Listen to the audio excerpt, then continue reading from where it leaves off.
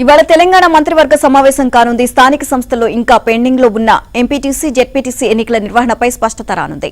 ప్రాథమిక సహకార సంఘాల పదవుల భర్తీ, రైతు భరోసా నిధుల విడుదల, అసెంబ్లీ బడ్జెట్ సమావేశాల తేదీల ఖరారు వంటి అంశాలపై నిర్ణయాలు వెలువడనున్నాయి. రాష్ట్రంలో ఎంపీటీసీ, జెడ్పీటీసీల పదవీకాలం ముగిసి ఏడాదిన్నర దాటింది.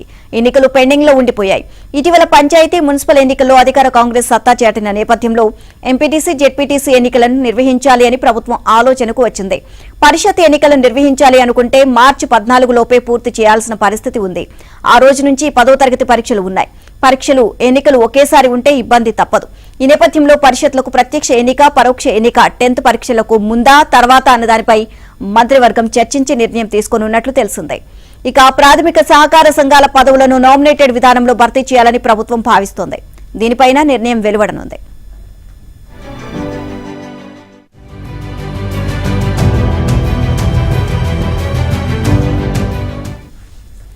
(2026-27) ఆర్థిక సంవత్సరానికి సంబంధించిన బడ్జెట్ సమావేశాలను ఎప్పటి నుంచి చేపట్టాలి అన్న దానిపై మంత్రివర్గం నిర్ణయం తీసుకోనుంది.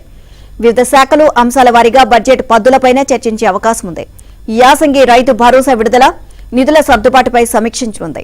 ఇటీవల ఏర్పాటు చేసిన జీహెచ్ఎంసీ, మల్కాజ్గిరి, సైబరాబాద్ మున్సిపల్ కార్పొరేషన్లో ఉద్యోగులు, సిబ్బంది సర్దుబాటు, పాలక వర్గాలకు భవనాలు తదితర కీలక అంశాలపై ప్రస్తుతం ప్రైవేటు పరిధిలో ఉన్న మెట్రోను ప్రభుత్వం స్వాధీనం చేసుకోవడం, తర్వాత నిర్వహణ అంశాలపై మంత్రివర్గం చర్చించనుంది. దేవాదుల ప్యాకేజ్ 3 పనులకు నిధులు మంజూరు చేసే అవకాశం ఉన్నట్లు తెలిసింది. మహాలక్ష్మి, స్మార్ట్ కార్డ్, గిగ్ వర్కర్ల బిల్లుపై చర్చించనున్నట్లు సమాచారం. ఇక కీలకమైన Gandhi Sarovar project, high speed railway corridor కోసం శంషాబాద్ ఎయిర్పోర్ట్ సమీపంలో 500 ఎకరాల మేర భూముల కేటాయింపు అంశాలపైనే నిర్ణయాలు తీసుకునే అవకాశం ఉంది అని తెలిసింది.